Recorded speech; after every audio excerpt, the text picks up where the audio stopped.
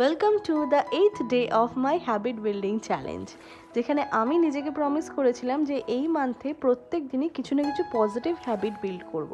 যদিও মাঝে 2-3 দিনের একটা ব্রেক এসেছিল, তাও আমি আবার কন্টিনিউ করছি। সো আজকে ব্রেকফাস্টে ছিল পোহা, আর পোহা শেষ হতে না হতেই মা নিয়ে এলো আপেল কেটে। এত আরাম আর কোথায় পাবো ভাই।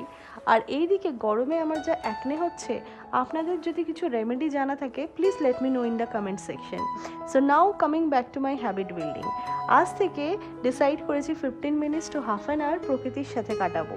বিট মর্নিং ওয়াক, ওর সকালে উঠে ছাদে সূর্য প্রণাম করা, বা বিকেলে গাছে জল দেওয়া হোক না কেন। তো আজকে বিকেলে গাছে জলটা আমিই দিচ্ছি। Hopefully this will help me to heal from inside and give me lots of positivity.